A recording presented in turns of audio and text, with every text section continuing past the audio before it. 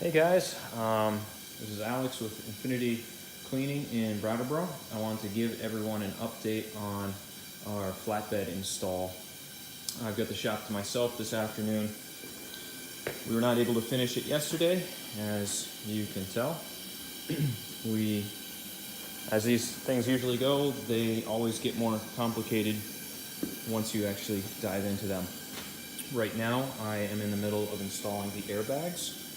I installed the passenger side airbag airlift last night, and having never done one like this before, it was a new experience to me, and finding the tools, everything like that, in a shop I'm unfamiliar with took quite a while. These bolts right here are enormous. They're 3/4 inch bolts. I don't know the exact size of them, and my buddy did not have the right size wrenches for them. I had to use adjustable wrenches.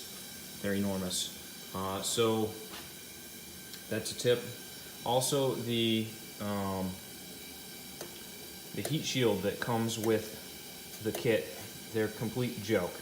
So my buddy Ruben had some leftover heat shield, fell off of his car. You can see where it corroded out, and I just punched a hole in it and sandwiched it between this bracket and the airbag below.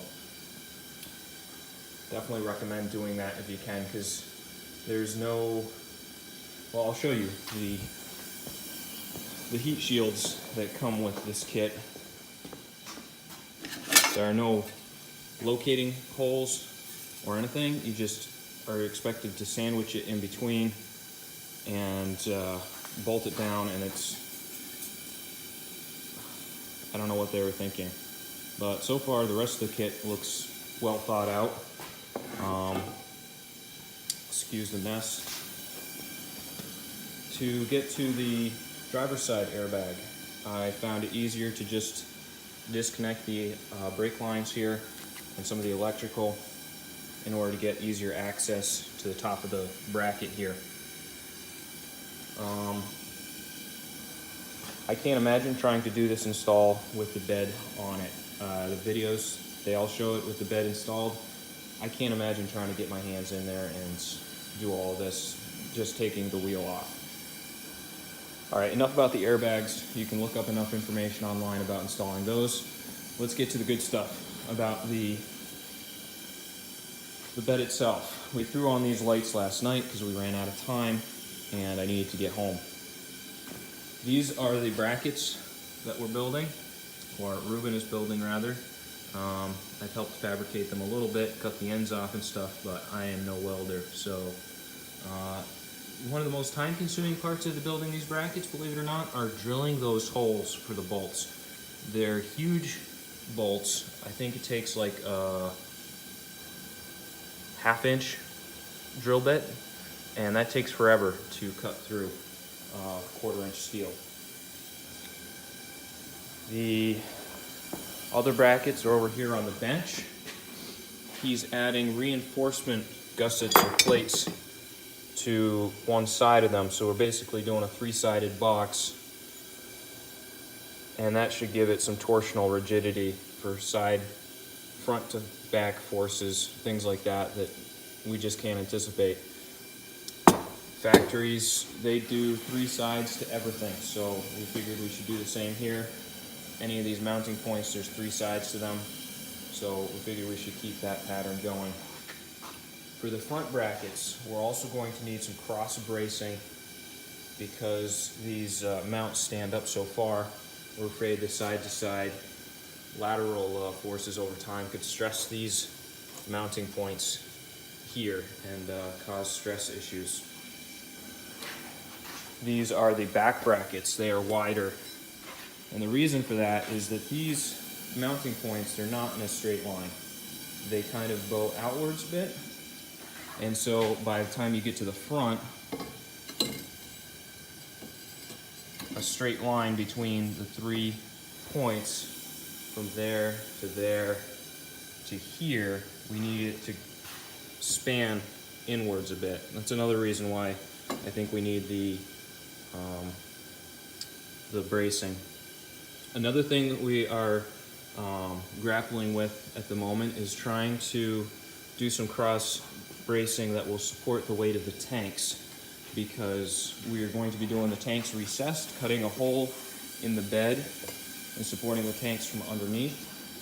So we're going to have to mount some vertical pieces here, run across.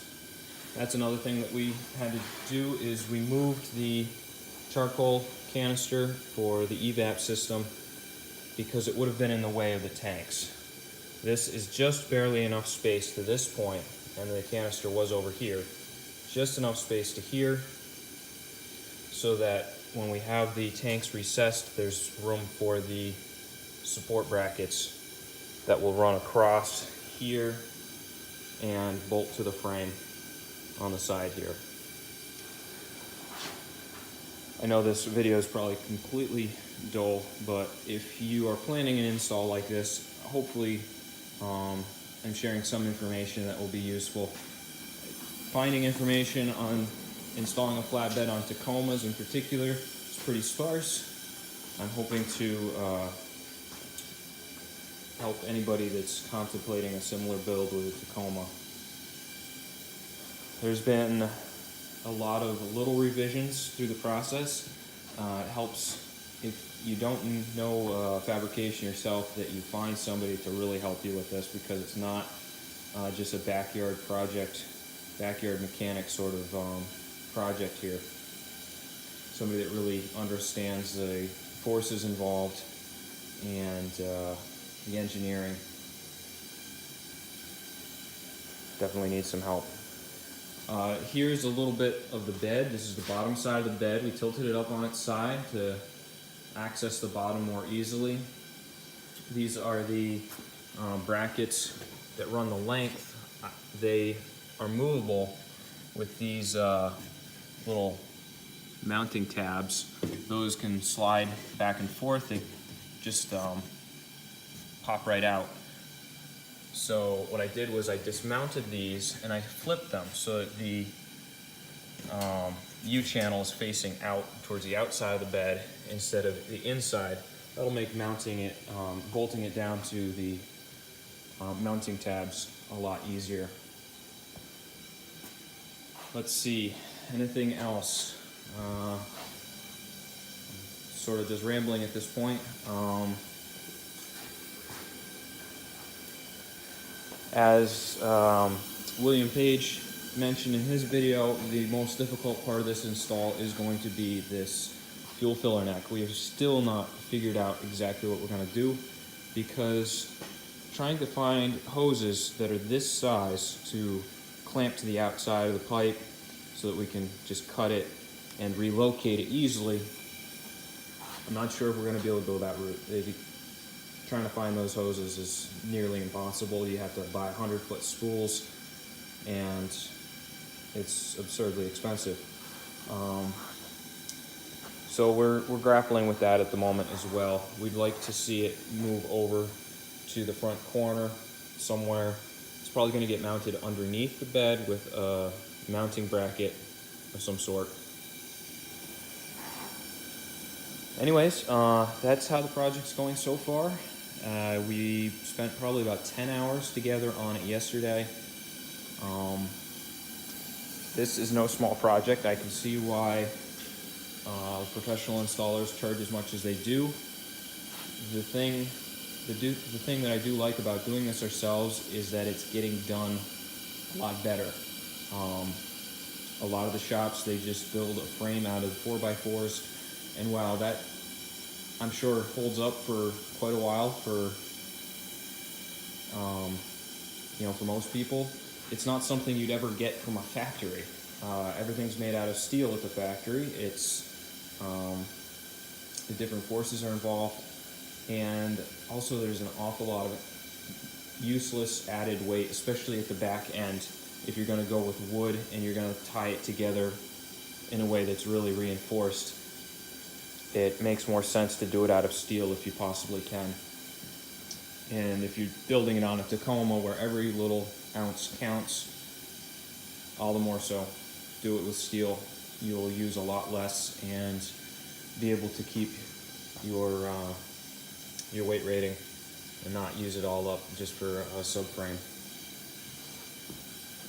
Anyways, thanks for watching, guys. Sorry for rambling, and if any of you made it through this, congratulations. And I will try and keep you updated with maybe more brief videos, but I thought you might like watching this. All right, thanks. Bye-bye.